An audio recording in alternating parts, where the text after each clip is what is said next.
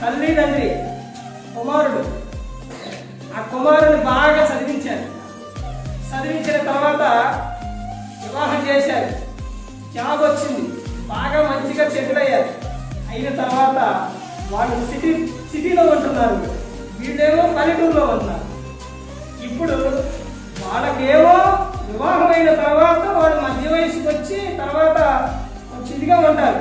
మరి వీళ్ళు తల్లి తండ్రి ఆ వివాహం చేసేటప్పటికే కొంచెం వయసు పైబడి ఉంటారు. ఇంకా ముందుకు వెళ్తున్నప్పుడు వృద్ధాప్యం వచ్చేసింది.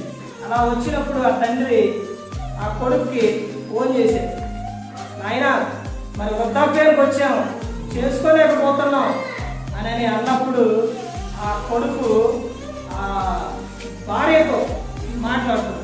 నా తల్లి తండ్రి వృద్ధాప్యానికి వచ్చారు, చేసుకోలేకపోతున్నారంట, మరి వారిని ఇక్కడికి తీసుకొద్దామంటే పోతారానే వదలదు, వద్దు అని అంతగానే. ఇప్పుడు నన్ను అన్నీ పెంచి మరి చదివించి మనం ఈ రోజున ఈ స్థితిలో ఉన్నామనంటే వాళ్ళే కారణం అని అంటే ఈ మాటలు చెబుతుంటే సరే అని సరే అని చెప్పి వాడిని తీసుకొద్దాం కానీ ఇంటిలోకి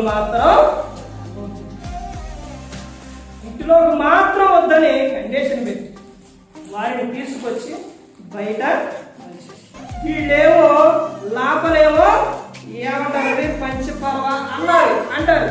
బాగా మంచిగా వీళ్ళేమో ఉంటాం, వాళ్ళేమో గుడిసెలు. అలా ఉన్న సందర్భంలో వాళ్ళకి మళ్ళీ పెట్టే ప్లేటు ఏదంటే కుక్కకు పెట్టే ప్లేటులో అన్నం.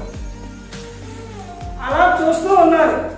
చూసే సందర్భంలో ఏనేమో జాబుకు పోయిండు. ఒకనాడు సడన్గా కుక్క ప్లేటు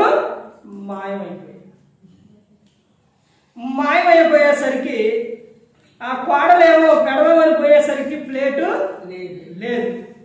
లేకపోయేసరికి ఆ భర్త వచ్చేసరికి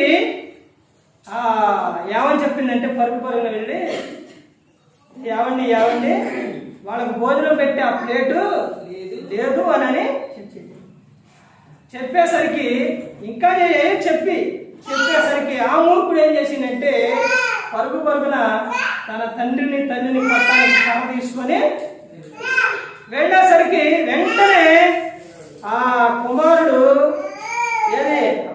కుమారుడు వచ్చేసి నానా తాతయ్యనే కొట్టవద్దు, తప్పుకోరా, నీకు తెలియదు, మీరు ఆ భోజనం పెట్టే ఆ ప్లేట్నే తీసేశారు, నువ్వు తప్పుకోరా అని పట్టానికి వెళ్ళినప్పుడు నానా ఆ ప్లేట్ దాచింది తాతయ్య వాళ్ళు కాదు, మరి ఏమైందంటే ఆ ప్లేట్ తీసింది నేనే.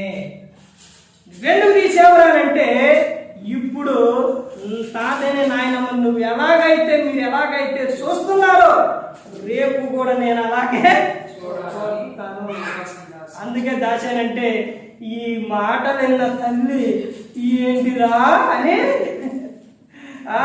నిన్ను కన్నీ పెంచి ఇంత ఇదిగా చేస్తే మాకు కుక్క ప్లేట్లో పెడతావా అంటే తాతనే నాయనమ్మనే వాళ్ళు నాన్న అలా పెంచలేదా, నువ్వు నన్ను ఎలాగైతే పెంచావో వాళ్ళు కూడా నాన్ననే అలాగే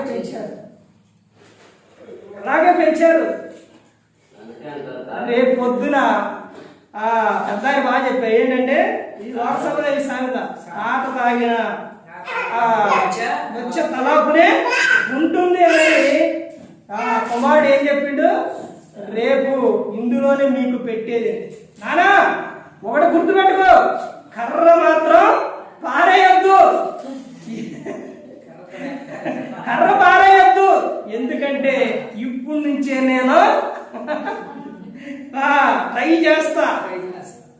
చూశారండి, బైబిల్ గ్రంథం చెబుతుంది ఒక విషయం, అంత పెద్ద ఆ విషయం లోక సంబంధం అయితే ఇప్పుడు చెప్పే బైబిల్ విషయం ఏంటంటే మనుషుడా నువ్వేదైతే విత్తుతావో ఆ పంటని నీవు కోస్తావు. అదే కోస్తూ ప్రేమించుకోండి, తల్లిదండ్రుల్ని ప్రేమించుకోండి. నిలబెట్టుకోకుండా తర్వాత నీ నోటిని కంట్రోల్లో పెట్టుకోకుండా ఉంటే నీ భక్తి అంతా వ్యర్థం అని చెబుతాను.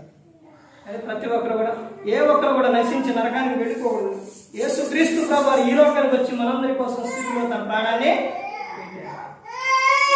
మరి ప్రతి ఒక్కరు గమనించుకోవాలి, ప్రతి ఒక్కరు కూడా తెలుసుకోవాలి. మరి ఈ విధంగా నిలబెట్టి మాట్లాడించిన తండ్రి దేవుడికి కృతజ్ఞతాస్తుతులు చెల్లిస్తూ ఇంతవరకు శ్రద్ధగా ఉన్న మీకు ప్రభు పేరు నా హృదయపూర్వకంగా చెల్లిస్తూ మాట్లాడుతూ అందరికీ వందనాలు.